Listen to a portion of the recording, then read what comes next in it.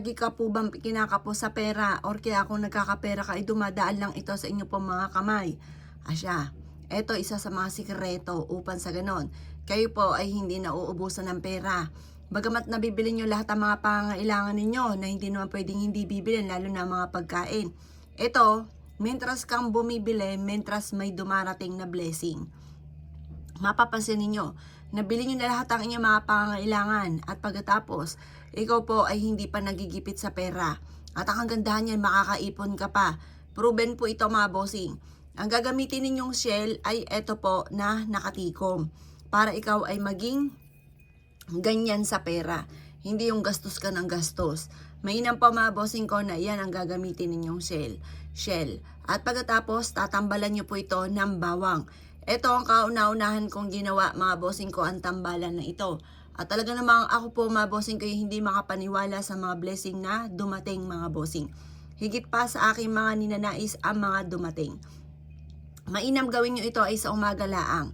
At pagkatapos ay mag-wish po kayo na kayo ay magkaroon ng maraming pera.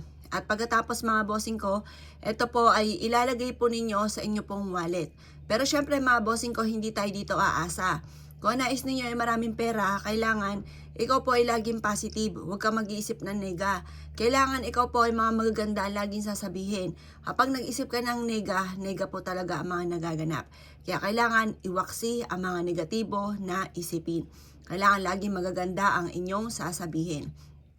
At kailangan lalo nyong sisipagan, tiyaga-tiyaga lang po talaga po yan at makakamit nyo ang inyong ninanais. Kailangan lang natin ng pang-attract ng swerte at pantaboy ng malas kagaya nitong dalawang itong pinapakita ko. Shell po siya, shell, at ganun din po ang ating bawang. Perfect combination po ito para higit ka na maka-attract ng swerte, lalo na sa pera. Dapat lagi kang positive kasi pag ikaw ay naging nega at ikaw po'y gumagawa ng ganito, asahan nyo, nega talaga ang mga magaganap. Wa-effect po ito. Kahit ikaw ay masipag at matyaga, nega ka, lagi mo sinasabing wala kang pera, wala talagang pera ang darating sa inyo. Pero kung ikaw ay positive na tao mga boss, at gagawa ka pa ng ganito, masigit ka na makaka-attract ng swerte. Lalo mo sisipagan kapag gumagawa ka ng ganito. Kasi yung mga taong gumagawa ng ganito, masigit siya na nakaka-attract ng swerte. Lalo na sa pera. Kaya ako ikinaniwala at nais po itong gawin. Huwag ka na magpatumpik-tumpik pa. Very powerful po ito. Kayo mismo ay maa-amaze sa dami ng mga blessing na darating po sa inyo. Kaya ako ikinaniniwala at nais po itong gawin. Asya mga boss, good luck po sa ipo lahat.